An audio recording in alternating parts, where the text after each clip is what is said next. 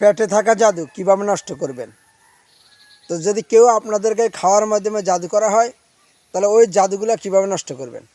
তো দেখা যায় অনেক সময় আমাদেরকে অনেকেই খাওয়ার মধ্যে বিভিন্ন তাবিজ পড়া খাওয়াই দেয়, অথবা দেখা যায় চিনি পড়া, অথবা দেখা যায় বিভিন্ন কোনো জিনিস খাওয়াই দেয়। খাওয়াই দেওয়ার ফলে আমাদের পেটের ব্যথা হয়ে থাকে, এমনকি অনেক সমস্যা হয়ে থাকে। তো এই পেটের জাদু কিভাবে নষ্ট করবেন।